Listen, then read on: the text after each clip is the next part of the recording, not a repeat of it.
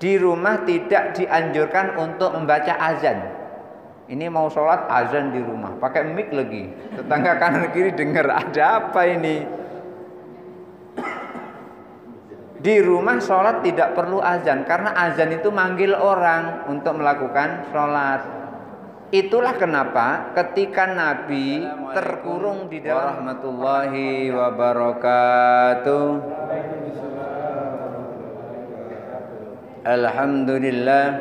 Alhamdulillahi rabbil alamin, wa bihi nasta'in wa ala umuri dunya waddin, wassalatu wassalamu ala sayyidil anbiya'i wal mursalin wa ala alihi wa ashabihi ajma'in.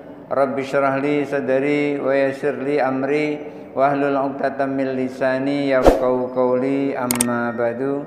Bapak Ibu hadirin jamaah masjid Jami Al-Hikmah yang dirahmati Allah. Pembahasan yang lalu kita membahas tentang doa kunut, di mana doa kunut ini dalam kitab Al-Muhadzab fi Syafi'i ini disebutkan ada dua versi. Yang pertama adalah versi yang biasa dilakukan oleh Al-Hasan bin Ali radhiyallahu an, cucu Nabi sallallahu alaihi wasallam, yaitu yang biasa kita lakukan, Allahumma hdini fiman hadait wa afini fiman afait, dan seterusnya. Itu adalah yang biasa dilakukan oleh Al-Hasan. Dan yang satu lagi, doa kunut yang biasa dilakukan oleh Umar ibnul Khattab, di mana doa kunut yang biasa dilakukan Umar ibnul Khattab itu agak berbeda dari yang biasa dilakukan oleh Al-Hasan bin Ali radhiyallahu an, cucu Nabi sallallahu alaihi wasallam. Kalau doa kunut yang dilakukan oleh Umar ibnul Khattab, Allahumma inna nasta'inuka wa nastaghfiruka wa la nakfuruka wa nu'minu bika, dan seterusnya. Itu doa yang dilakukan oleh Umar ibn Khattab, yaitu doa kunut. Lalu sekarang ketika doa kunut itu, apakah angkat tangan atau tidak angkat tangan? Ada orang yang doa kunut dengan angkat tangan, ada orang yang doa kunut tidak dengan angkat tangan, ada yang angkat tangan. Dan kedua-duanya dibenarkan. Mau angkat tangan boleh, tidak angkat tangan juga boleh. Hanya saja kita di sini rata-rata kalau doa kunut angkat tangan, betul Pak? Ya, angkat tangan kalau doa kunut. Angkat tangan juga tidak salah, tidak angkat tangan juga tidak salah. Yang salah itu yang tidak sholat subuh. Ya. Wa amma raf'ul yadaini fil kunuti falaisa fihi nassun. Abu Ishaq Ibrahim bin Ali bin Yusuf As-Sirazi menyebutkan, adapun mengangkat tangan pada saat doa kunut, beliau sampaikan tidak ada nasnya. Walaupun sebetulnya ada nasnya, karena ini adalah pilihan yang beliau pilih. Kalau Abu Ishaq, beliau tidak mengangkat tangan, tapi tetap doa kunut. Makanya beliau sampaikan, wa amma raf'ul yadaini fil kunuti falaysa fihi nassun. Adapun mengangkat tangan pada saat doa kunut itu tidak ada nasnya. Walladzi yaqtadihil madhabu. Dan ini yang dikendaki oleh madhab, maksudnya madhab yang dianut oleh Abu Ishaq Ibrahim bin Ali bin Yusuf As-Sirazi. Madhabnya juga madhab Syafi'i. Madhab Syafi'i juga memiliki ada dua pendapat. Yang pertama doa kunut angkat tangan, yang kedua doa kunut tidak angkat tangan. Abu Ishaq memilih doa kunut tidak angkat tangan. Annahu la yarfa', bahwasanya doa kunut itu tidak mengangkat tangan. Li'anna Nabi sallallahu alaihi wasallam, karena Nabi sallallahu alaihi wasallam lam yarfa' al-yada illa fi thalathati mawatina. Nabi ketika doa kunut itu tidak mengangkat tangan kecuali pada 3 tempat, 3 sholat. sholat. 3 tempat itu maksudnya 3 sholat. Apa yang 3 itu? Fil istisqai, ketika Nabi sholat istisqa. Nabi sholat istisqa minta hujan. Pada rakaat yang kedua Nabi berdoa. Dalam doanya itu Nabi mengangkat tangan minta hujan kepada Allah. Wal intisari, dan yang kedua doa minta pertolongan. Ketika Nabi terdesak minta pertolongan kepada Allah, sholat, kemudian mengangkat kedua tangannya lalu berdoa kepada Allah Subhanahu wa taala. Wa asiyati Arafata, dan ketika di Arafah sore hari Nabi sallallahu alaihi wasallam sholat kemudian berdoa, doanya juga ngangkat tangan. Jadi Abu Ishaq Ibrahim bin Ali bin Yusuf As-Sirazi memilih tidak mengangkat tangan pada saat doa kunut. Itu beliau menyampaikan dalam posisi hadis yang seperti tadi. Ada 3 tempat Nabi mengangkat tangan pada saat berdoa. Hanya 3 itu. Pada saat sholat istisqa, pada saat sholat minta pertolongan, dan pada saat sore di Arafah. Wali annahu du'aun fi sholati. Apa alasannya beliau memilih doa kunut itu tidak angkat tangan? Beliau berargumentasi karena doanya yang dilakukan itu adalah doa di dalam sholat. Karena doa di dalam sholat, falam yustahabbu lahu raf'al yadaini, maka tidak disunahkan atau tidak dianjurkan untuk mengangkat tangan. Kad du'ai fit tasyahudi, seperti kita berdoa di dalam mengucapkan tasyahud. Kita mengucapkan tasyahud, setelah itu kita berdoa. Setelah selesai innaka hamidum majid, kita berdoa Allahumma inni a'udzubika min adzabil qabri wa min adzabin nari wa min fitnatil mahyaya wa mamati wa min fitnati masiihid dajjal. Ketika doa seperti itu dalam posisi tasyahud, kita duduk tahiyat akhir, kita tidak angkat tangan. Beliau menyamakannya seperti itu. Tetapi apakah ketika seseorang doa kunut selalu begitu? Ternyata tidak. Ada yang mengangkat tangan, ada yang tidak mengangkat tangan, dan beliau memilih yang tidak mengangkat tangan. Wa dzakarul qadhi Abu Thayyib At-Tabari, dan Qadhi Abu Thayyib At-Tabari juga menyebutkan fi ba'dhi kutubihi, di beberapa kitabnya beliau sampaikan annahu la yarfa'ul yada. Orang doa kunut itu tidak mengangkat tangan. Wa haka fit ta'liq wa hukiya fit ta'liq, dan juga diriwayatkan di dalam kitab ta'liq annahu yarfa'ul yada. Di dalam kitab ta'liq disebutkan doa kunut itu mengangkat tangan. Jadi ada yang mengatakan tidak mengangkat tangan dan ada yang mengangkat tangan. Wal awwalu indi asrahu. Oleh karena itu Abu Ishaq menyebutkan karena beliau memilih tidak mengangkat tangan, maka beliau sampaikan wal awwalu indi asrahu. Yang pertama menurutku itu yang lebih benar, yaitu tidak mengangkat tangan. Ini menurut Abu Ishaq Ibrahim bin Ali bin Yusuf As-Sirazi. Wa amma ghairu subhi, adapun yang bukan sholat subuh minal faraidhi, dari sholat 5 waktu itu seperti zuhur, asar, maghrib, isya, selain sholat subuh, fala yaknutu fihi, tidak dianjurkan untuk kunut. Jadi kunut itu hanya untuk subuh. Walaupun kunut itu sunnah, jangan terus-terusan melakukan kunut. Zuhur kunut, asar kunut, maghrib kunut, isya kunut, tidak, tapi khusus untuk subuh. Untuk sholat selain sholat subuh, dari sholat 5 waktu itu yang kunut adalah hanya subuh. Selain itu tidak kunut. Min ghairi hajatin, tanpa ada hajat. Tapi kalau misalnya ada hajat boleh kunut. Umpamanya kita mendoakan saudara-saudara kita yang ada di Palestina. Zuhur pada rakaat terakhir kemudian kunut. Asar rakaat terakhir kunut. Maghrib rakaat terakhir kunut. Isya rakaat terakhir kunut. Boleh karena punya hajat. Kalau kita punya hajat mendesak boleh kita kunut. Atau umpamanya nih, kita punya orang yang kita sayangi sakit keras, Setelah kita perhatikan itu perlu pertolongan Allah. Maka pada saat kita sholat boleh kita kunut, minta pertolongan kepada Allah supaya orang yang kita sayang itu disembuhkan oleh Allah. Kalau nanti doa itu diijabah, maka orang itu berangsur-angsur sehat.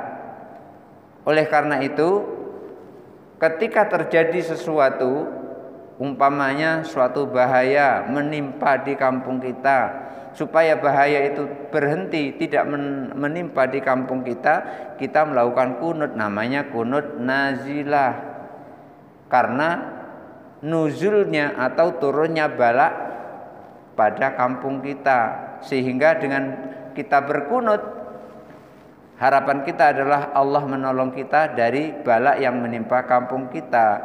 Fa in nazalat bil muslimina nazilatan, kalau terjadi bala yang menimpa orang-orang muslim, qanatu fi jamil faraidhi, maka berkunut di seluruh sholat 5 waktu itu.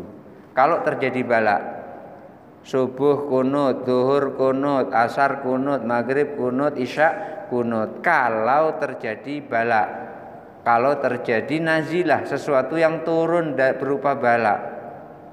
5 ruwiyah Abu Hurairah radhiyallahu an, berdasarkan riwayat Abu Hurairah radhiyallahu an, anna Nabi sallallahu alaihi wasallam kana la yaknutu illa ayyad'u li ahadin.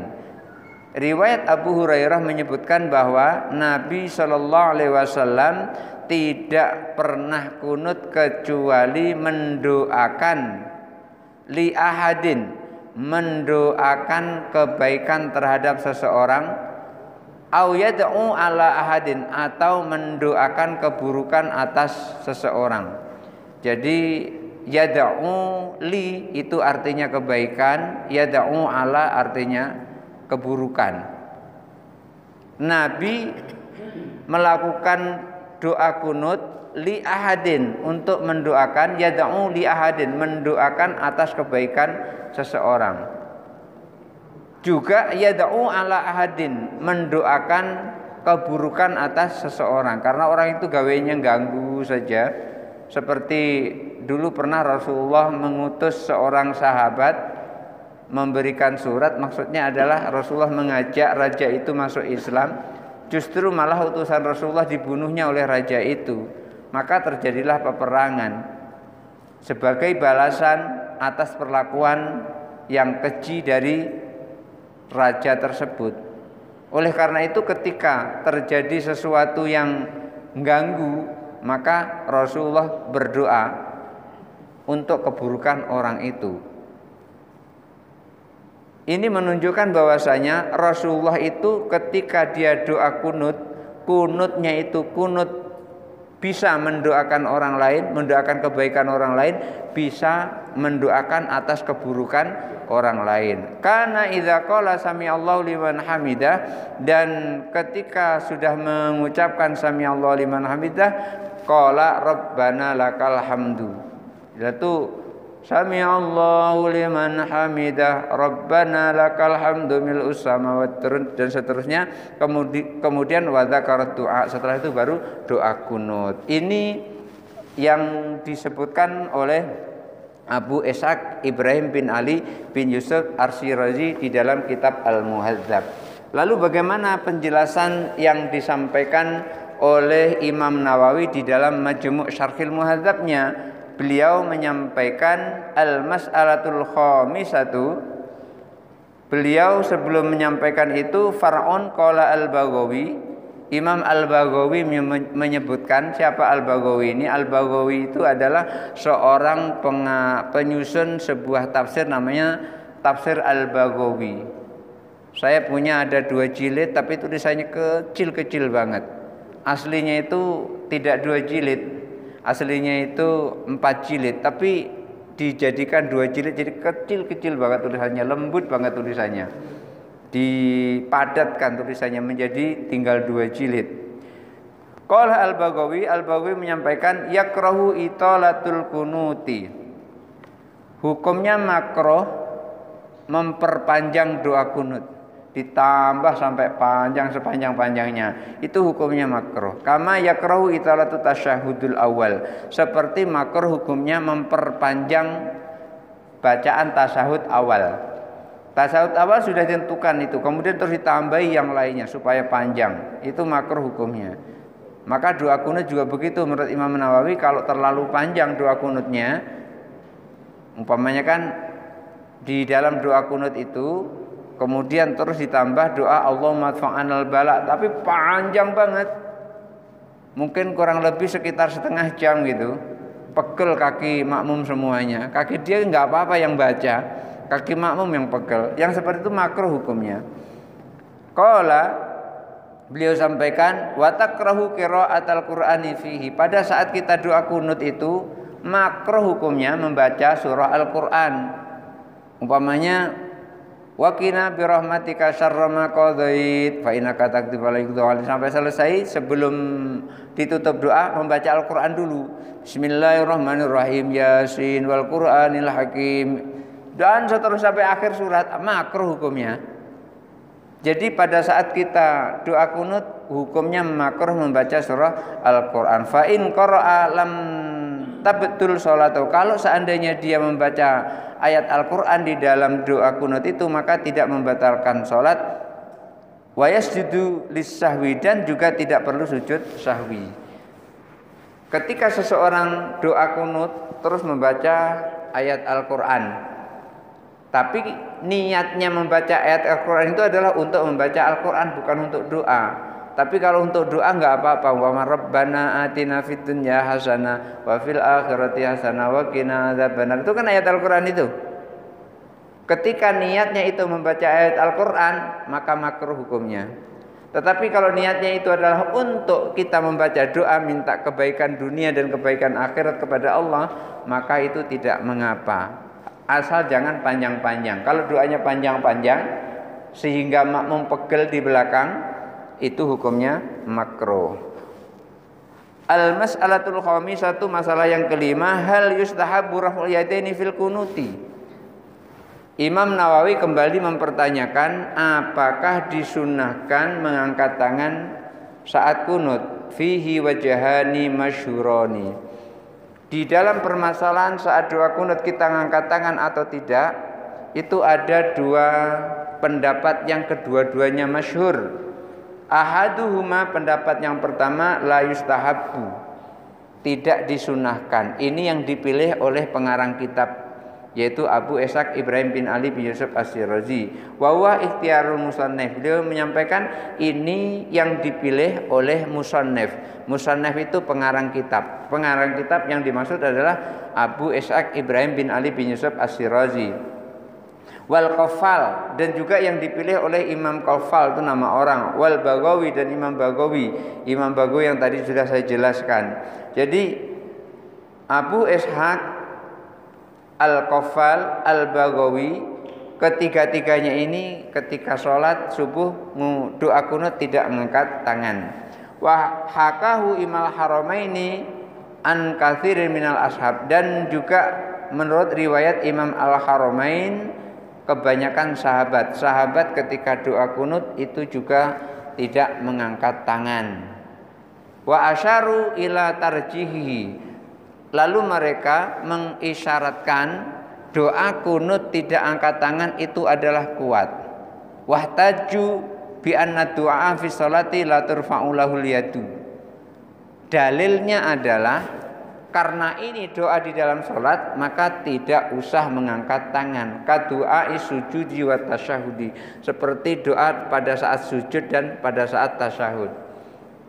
Artinya ketika seseorang sujud terakhir, kita kan rata-rata sujud terakhir, walaupun sujud awal juga boleh. Sujud terakhir kita berdoa. Apa saja doa kita, kan nggak pernah kita sujud terakhir itu kemudian terus ngangkat tangan. Gimana cara ngangkat tangan?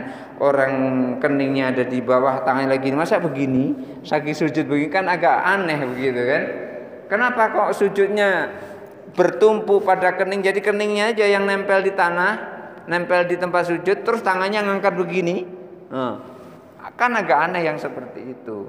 Jadi beliau-beliau yang tidak mengangkat tangan itu berhujjah atau berdalil karena doanya itu adalah doa dalam sholat, maka tidak perlu angkat tangan seperti pada saat sujud dan pada saat tasyahud. Wasani, pendapat yang kedua. Ini pendapat yang tidak mengangkat tangan. Pendapat yang kedua yang mengangkat tangan, yustahabbu, disunnahkan angkat tangan. Jadi yang pertama tidak disunahkan angkat tangan, yang kedua disunahkan angkat tangan. Wa hadza wa sahih indal ashab. Imam Nawawi menyebutkan ini yang benar menurut para sahabat, wa fid dalil, dan berdasarkan dalil. Jadi kedua-duanya ada dalilnya. Kedua-duanya ada alasannya, kedua-duanya ada hujahnya. Yang tidak angkat tangan ada hujahnya, yang angkat tangan ada hujahnya. Sekali lagi, kedua-duanya adalah benar. Jangan menyalahkan yang tidak angkat tangan, dan yang angkat tangan jangan disalahkan oleh yang tidak angkat tangan. Jadi kalau nanti di sini sholat subuh ada yang tidak angkat tangan, bisa jadi dia itu sebetulnya juga kunut, cuman tidak angkat tangan. Bisa jadi. Jadi ketika nunggu itu, ketika yang membaca doa kunut yaitu imam membaca, bisa jadi dalam kondisi dia tidak angkat tangan itu, dalam hatinya juga nyebut amin, amin, amin, bisa begitu. Kalau dia tidak amin, berarti dia tidak berperan di dalam doa kunut itu. Akhirnya ketika doa kunut itu diijabah oleh Allah, dia tidak memperoleh ijabahnya. Karena apa? Karena dia tidak mengaminkannya. Orang tidak mengaminkan artinya ia tidak butuh terhadap doa itu. Ketika imam menyebutkan doa wa qina bi rahmatika syarra ma qadait, ya Allah, jagalah kami dari ketentuan-Mu yang buruk untuk kami. Artinya kita minta kepada Allah supaya diberi takdir yang baik, supaya diberi ketentuan yang baik. Ketika kita minta kepada Allah diberi ketentuan yang baik, terus itu diijabah oleh Allah, otomatis yang mengaminkan itu juga memperoleh. Tapi yang tidak mengaminkan, dia kan tidak perlu itu. Terserah ketentuan Allah baik atau buruk untuknya. Baik ya sudah lakukan situ, buruk ya sudah lakukan itu. Nunggu takdir, pasrah saja terhadap takdir. Padahal kita disuruh untuk merubah takdir dengan berdoa.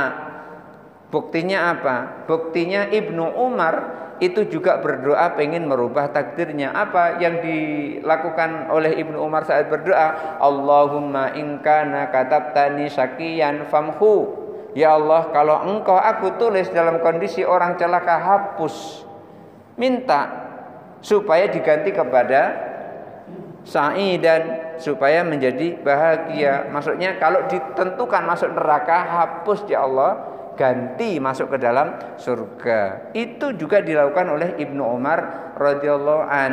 Nah, oleh karena itu bisa jadi yang tidak angkat tangan dia sesungguhnya adalah doa kunut, tapi yang berpaham tidak angkat tangan.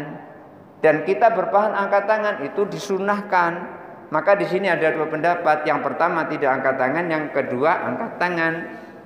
Imam Nawawi menyebutkan wa wasrahi indal ashab wa fid dalil, ini benar menurut para sahabat dan juga berdasarkan dalil.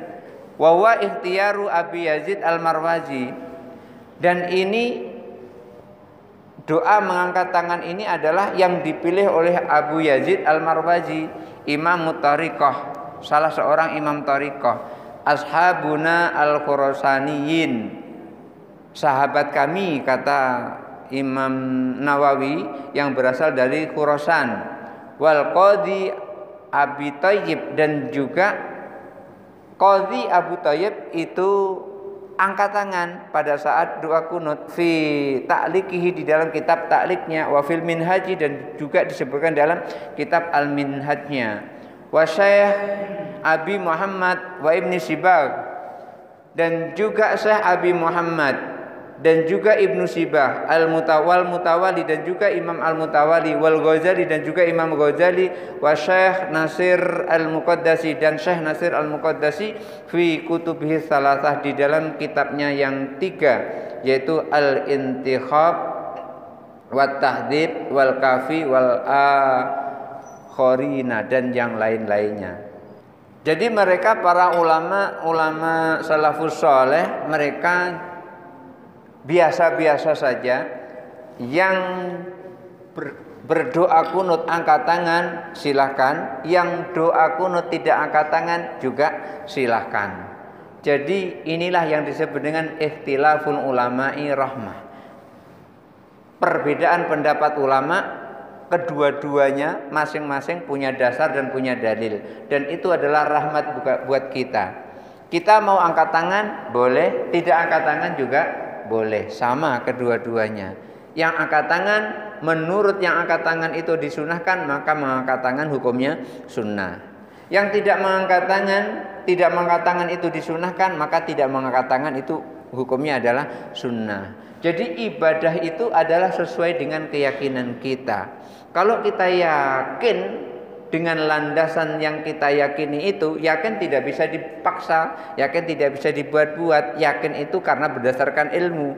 Artinya kita telah mempelajari sesuatu sehingga kita tahu. Setelah tahu baru kita yakin. Maka melakukan ibadah berdasarkan yakin, itulah ibadah yang akan diterima oleh Allah Subhanahu wa taala. Kalau tidak yakin dalam ibadah, enggak diterima oleh Allah. Oleh karena itu, yakin di dalam beribadah penting. Yakin sholat kita sah, sah sholat kita. Yakin sholat kita tidak sah atau ragu-ragu sholat kita tidak sah, maka ragu-ragunya itu akan merusak sholat kita. Umpamanya gini, tadi saya sudah wudhu, kemudian yakin kalau tadi sudah wudhu, terus ragu-ragu, tadi udah kentut belum ya? Udah senggolan dengan istri belum ya? Ketika ragu-ragu seperti itu, maka wudhunya yakin masih ada. Oleh karena itu, al-yaqinu la yuzalu bisakki. Keyakinan itu tidak gugur dengan keraguan. Yakin tadi sudah wudhu, setelah kita sholat takbir Allahu Akbar, orang di belakangnya itu dengar kalau dia kentut bus gitu. Tapi yang sholat tadi nggak terasa kalau dia kentut, dan dia juga tidak mencium bau kentut sama sekali. Yang di belakangnya itu mencium bau kentut sama sekali. Kemudian dikasih tahu, kamu tadi kentut, masa sholatnya diteruskan? Enggak ada kentut. Yakin tidak kentut? Yakin, aku tidak kentut. Ketika dia yakin seperti itu, walaupun kata orang kentut, tapi dia yakin tidak kentut, maka sholatnya tetap sah. Kenapa? Karena ada keyakinan dalam dirinya. Ingat tuh, kalau kita melakukan benar-benar kentut, hanya nutupi malu saja, itu berbeda rasanya dalam hati. Berbeda rasanya. Oleh karena itu begini, kentut di dalam sholat itu adalah merupakan sebuah aib. Ketika kentut di dalam sholat itu merupakan sebuah aib, Rasulullah pernah mengajar begini, man ahdasa fis sholati, siapa orang yang berhadas di dalam sholat, fal yakhud anfahu, maka pegang hidungnya, fal yusarrif, kemudian pergi dari tempatnya. Megang hidung itu sesungguhnya adalah untuk ngelabui orang. Ngelabui bukan berarti berbuat dosa, tidak. Untuk menutup malu dirinya. Kenapa? Seakan-akan mimisan begitu. Seakan-akan mimisan terus keluar untuk ngambil air wudhu. Padahal tidak mimisan, padahal dia terasa kentut tadi. Maka begitu, ini sholat masa kentut, kan gitu.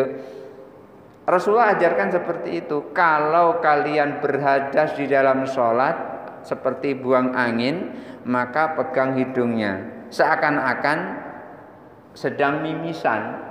Maka ketika mimisan kan darah kan ketika keluar itu menjadi najis. Oleh karena itu dibawa keluar.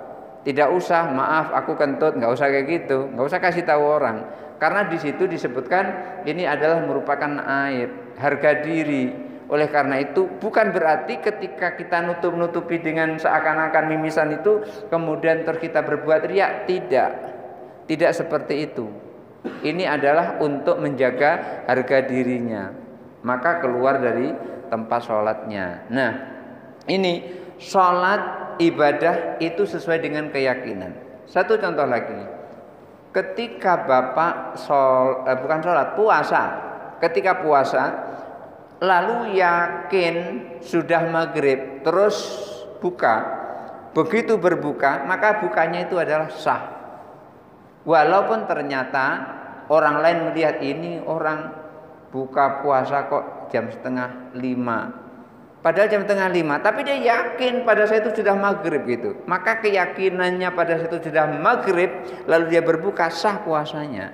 Tetapi ketika keyakinannya itu terus hilang, kamu ini gimana? Baru jam setengah 5 sudah buka. Nih tengok nih ya, belum tengah 2. Oh iya, batal yang seperti itu.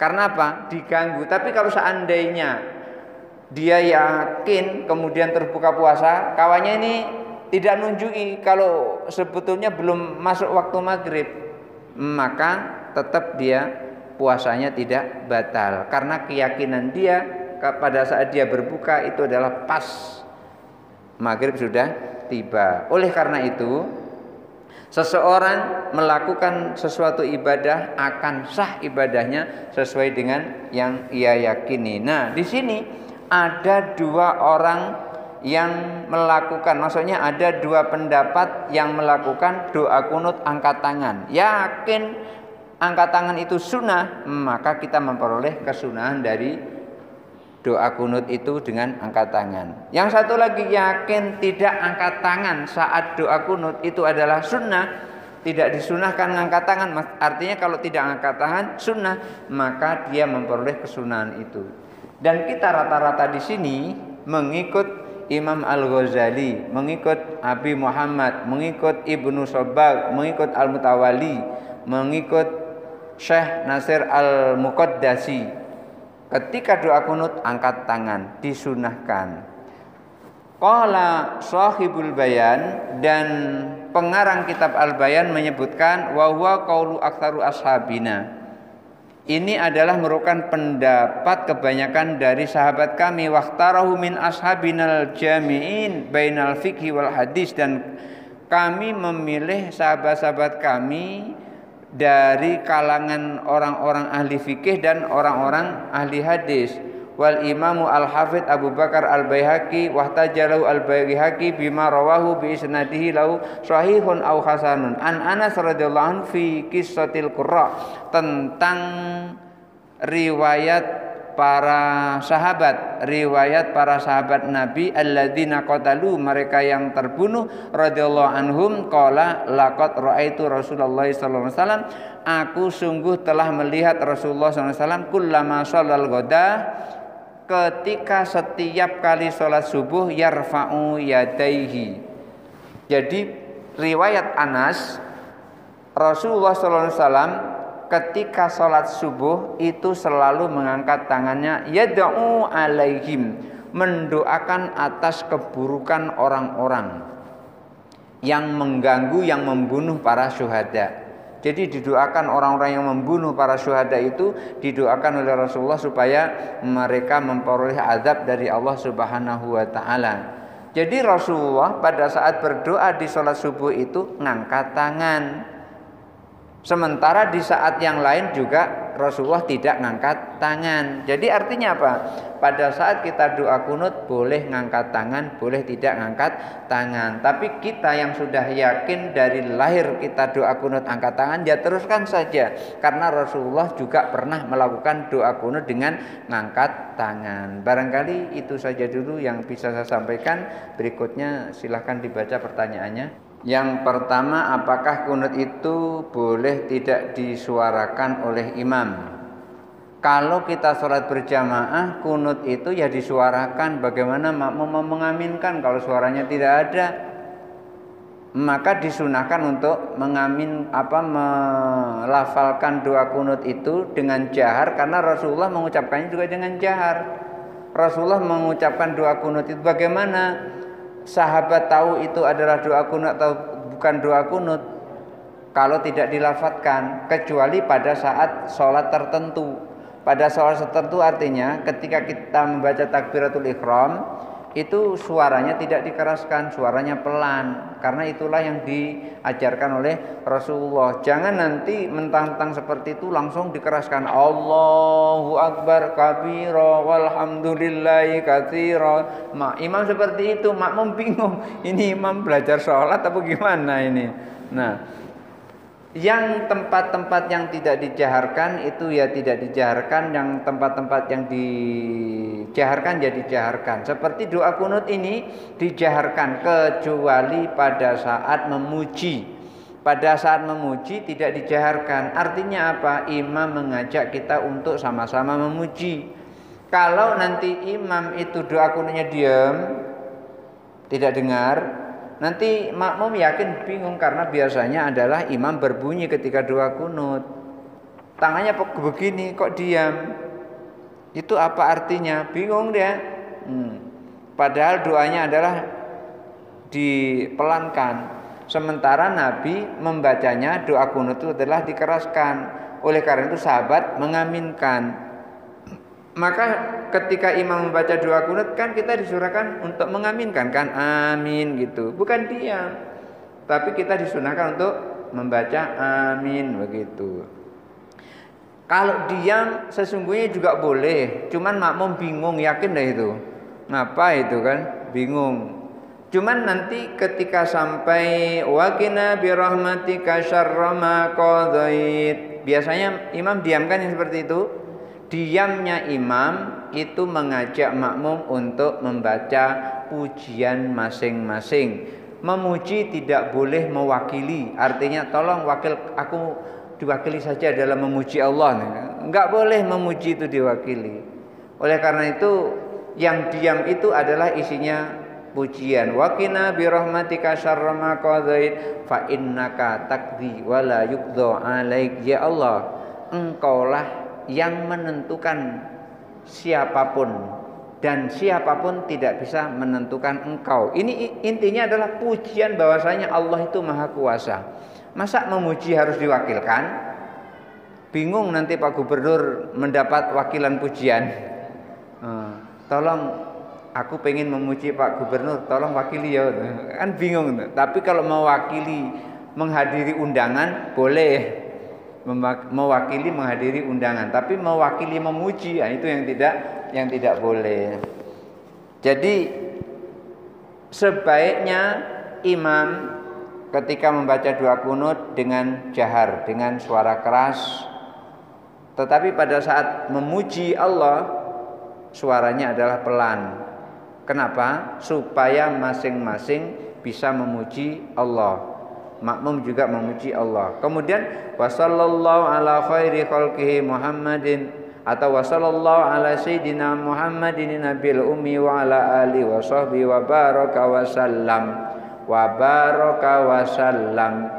Itu boleh dijaharkan dan kita boleh amin karena itu tidak memuji. Kita membaca sholawat itu memuji, berdoa lagi kepada Allah. Kalau di masjid sebelum sholat lalu dibacakan iqamah, apakah sholat sendiri di rumah harus baca iqamah? Sholat sendiri di rumah tidak harus baca iqamah, tapi sunnah membaca iqamah. Sholat sendiri di rumah sunnah membaca iqamah, boleh membaca iqamah, tapi tidak harus. Kalau tidak dilakukan berarti sholatnya tidak sah dong. Iqamah berdiri sendiri, sholat berdiri sendiri. Di rumah tidak dianjurkan untuk membaca azan. Ini mau sholat azan di rumah, pakai mic lagi. Tetangga kanan kiri dengar, ada apa ini? Di rumah sholat tidak perlu azan, karena azan itu manggil orang untuk melakukan sholat. Itulah kenapa ketika Nabi terkurung di dalam perang Khandaq, pada saat itu sedang gali parit, itu Rasulullah zuhur tidak sholat, asar tidak sholat, maghrib tidak sholat, baru bisa sholat itu waktu isya. Setelah masuk waktu isya berhenti menggali parit, Rasulullah perintahkan supaya sahabat azan. Sekali cuman azannya. Setelah itu baru qomat melakukan sholat zuhur. Selesai sholat zuhur, qomat lagi melakukan sholat asar.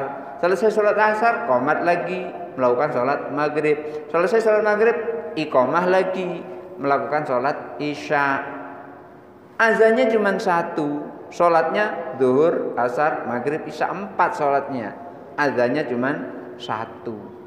Kenapa? Azan itu memanggil orang. Sudah kumpul ngapain dipanggil lagi? Sudah kumpul kok. Makanya nanti ketika selesai kita pengajian itu azan, siapa tahu yang di luar masih pengen mau ikut sholat berjamaah. Tidak hanya di sini. Kalau kita yakin begitu azan nggak ada orang datang ke di sini, ya sebetulnya nggak perlu azan lagi gitu. Tapi karena kita masih mengharap orang-orang di sekitar masjid ini mau datang untuk melakukan sholat, kita azan. Komahnya sekali, azannya sekali. Kalau di rumah tidak disunahkan untuk azan, cuman disunahkan untuk iqamah. Jadi bapak ibu ketika sholat di rumah tidak sempat karena lain dan suatu hal, karena udzur tidak bisa sholat di masjid, boleh melakukan iqamah sebelum melakukan sholat. Tapi tidak dianjurkan azan, apalagi pakai speaker. Berikutnya, kalau kita dihafal ya, kalau kita dihafal doa sudah azan, apa yang harus kita baca? Tidak hafal maksudnya ya? Tidak hafal? Oh gitu. Ini kalau kita dihafal doa sesudah azan, apa yang harus kita baca? Maksudnya tidak hafal.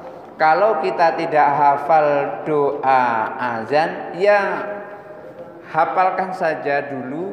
Kalau sebelum itu hafal, ya berdoa saja sesuai dengan mampunya. Mampunya cuman Rabbana atina fid dunya hasanah wa fil akhirati hasanah wa qina adzabannar. Itu juga enggak apa-apa karena memang belum hafal. Tapi kalau sudah hafal itu sangat bagus. Kenapa?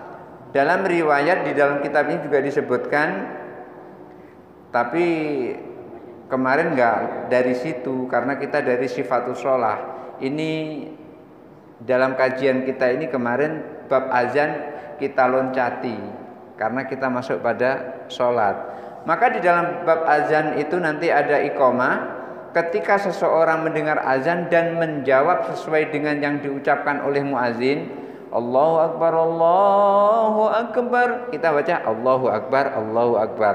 Begitu seterusnya, kecuali sampai hayya 'alas shalah kita membaca la haula wala quwata illa billahil aliyyil azim.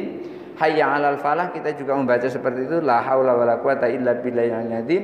Selebihnya itu sama dengan bacaan muadzin. Maka ketika orang menjawab azan seperti itu, setelah itu baru membaca Allahumma rabba hadhi da'wati tammah wa sholatil qa'imah ati sayyidana Muhammadanil wasilata wal fadilah wa darajatar rafi'ah wa ba'athu maqama mahmudanil ladzi wa'ata innaka la tuflihul mi'ad ya arhamar rahimin. Rasulullah sampaikan halat lahu syafa'atun yaumal qiyamah. Orang seperti itu berhak memperoleh syafaat nanti di hari kiamat. Itu pentingnya kita menjawab azan. Bukan hanya doanya saja. Saat azan kita menjawab azan itu sesuai dengan bunyi azan, kecuali hayya 'alas shalah, hayya 'alal falah. Kemudian setelah itu kita berdoa kepada Allah, doa sesudah azan, dan kita memohon wasilah kepada Allah tentang terhadap Rasulullah sallallahu alaihi wasallam. Ati sayyidana Muhammadanil wasilata wal fadilah. Kita mohon wasilah. Maka orang yang seperti itu halat lahu syafa'atun yaumal qiyamah. Orang itu berhak memperoleh syafaat pertolongan Nabi nanti di hari kiamat. Jadi kalau seandainya kita tidak hafal, ya hafalkan dulu. Tapi kalau sudah mendengar azan itu jawab. Tidak hafal doa azan, doa sehafalnya. Rabbi firli wali walidayya juga boleh. Jadi sesuai dengan yang kita bisa dulu. Kalau memang kita tidak bisa sama sekali, maka lebih bagus lagi supaya kita bisa bawa catatan, dibaca catatannya. Allahumma rabbaha. Pelan-pelan gak apa-apa juga. Daripada kenceng-kenceng tapi salah, cepat-cepat tapi salah, pelan-pelan juga nggak apa-apa. Lanjut.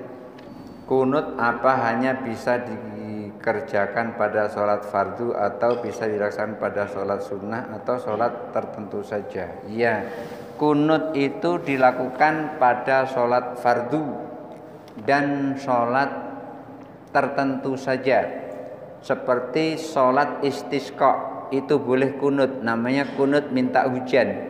Kemudian ada sholat al-intisar, sholat minta pertolongan kepada Allah karena keadaan genting.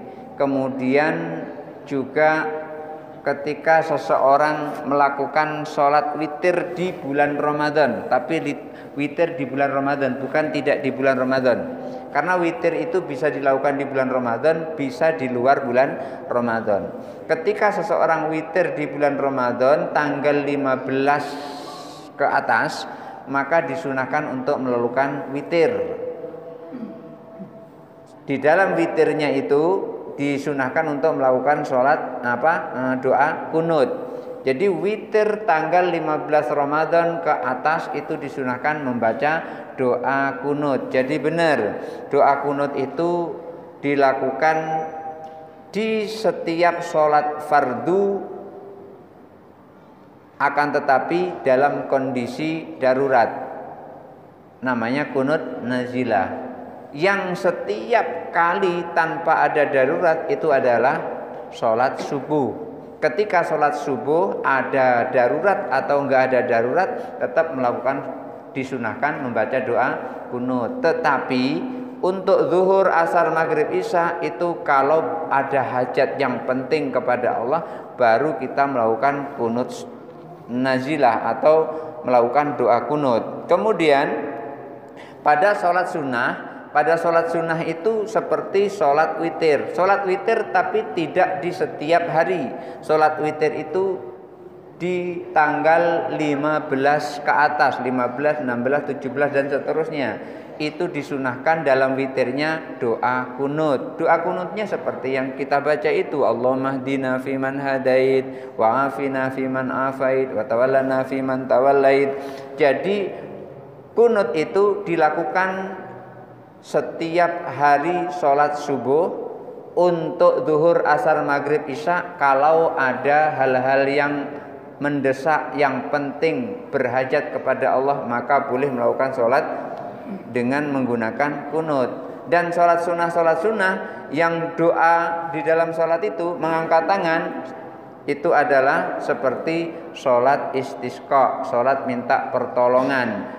Dan juga Rasulullah pernah melakukan pada saat sore di Arafah, pada saat wukuf di Arafah, berarti ini tanggal 9 Zulhijjah. Jadi begitu Bu, Bapak, sholat dengan menggunakan kunut yang pasti adalah subuh itu setiap hari disunahkan. Selain subuh, zuhur, asar, maghrib, isya itu kalau ada hal penting yang mendesak. Dan sholat tertentu atau sholat sunnah yang lain adalah sholat witir. Dan witir itu pun di bulan Ramadan, tidak di luar bulan Ramadan. Barangkali itu saja dulu yang bisa saya sampaikan. Mudah-mudahan ada manfaatnya. Hadanallahu wa iyyakum ajmain. Wallahul muwaffiq ila aqwamit thoriq. Wassalamualaikum warahmatullahi wabarakatuh.